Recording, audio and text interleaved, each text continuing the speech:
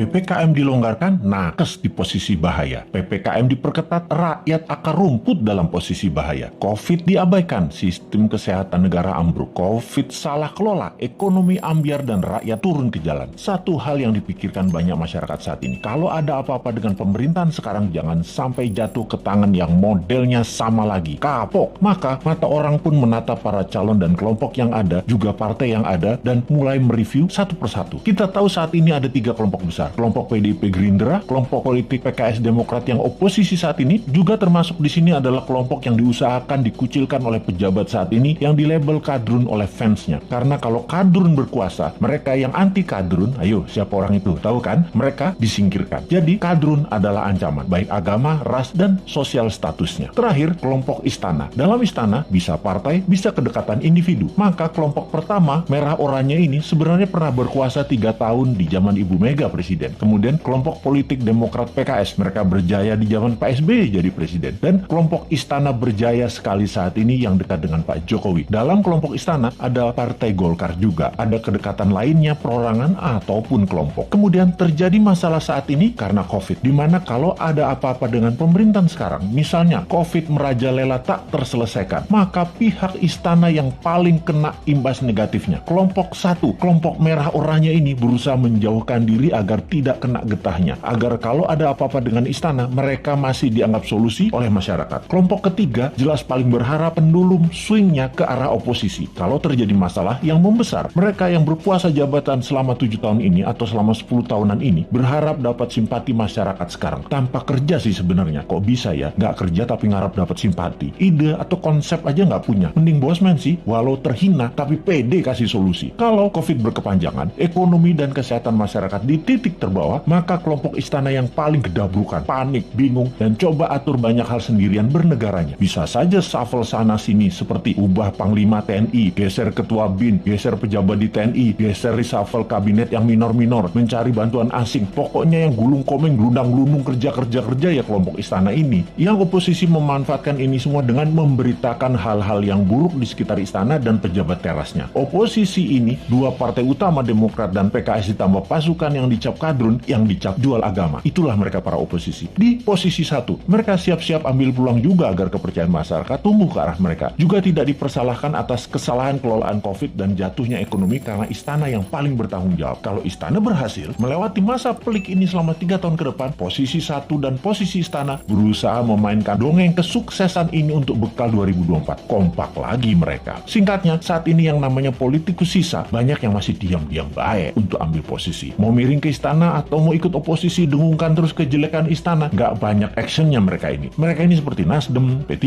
PAN, PKB, Hanura, partai-partai miring ke istana ini juga terasa sekali mereka lagi ambil jarak dengan istana sekarang. Deket enggak, jauh enggak, bantu enggak, ngerecokin dikit palingan. Inilah peta saat ini kalau kita persingkat. Nah, kita sekarang ke depan bagaimana? Kita sekali lagi ingatkan, 3 posisi tadi yaitu kelompok pertama merah oranye, kelompok istana, dan kelompok oposisi. Ini petanya kita tarik ke belakang. Kita lihat 20 tahun terakhir ini. 3 tahun Ibu Mega, 10 tahun Pak SBY, 7 tahun istana saat ini. Total 20 tahun. Kemudian kita list daftar calon pemimpin 2024. Para calon yang ada saat ini adalah datang dari ketiga genre politik yang ada. Sebutkanlah satu persatu. Pasti mengacu ke salah satu kelompok. Misalnya Pak Prabowo masuk kemana? Sudah tahu kan? Pak Erik misalnya masuk kemana? Pak Ganjar, Pak Anies, Pak Ridwan Kamil masuk kemana? Jelas ya? Ini pertanyaan new mind sekarang. Apakah dalam 20 tahun terakhir negara Indonesia jadi negara superpower? Apakah Indonesia jadi negara yang ditakuti dan disegani di sekitar kawasan? Apakah Indonesia jadi negara tidak impor lagi dan menjadi negara produsen kelas dunia? Apakah pendidikan Indonesia terbaik di dunia saat ini? Apakah sumber daya alam Indonesia masih utuh atau sudah mulai habis tanpa membuat Indonesia jadi kaya? Bener nggak? Pertanyaannya sekali lagi, yakin masih mau sama mereka yang model kelolaan negaranya pasti sama seperti dalam 20 tahun terakhir ini? Yakin masih memilih orang yang di etalase itu semua? Berani nggak ambil yang baru, yang beda, yang timnya kuat di dalam dan di luar negeri, yang bukan genre bernegara ala 3 kelompok yang berkuasa, yang akan menyatukan semuanya di bawah kekuatan yang baru?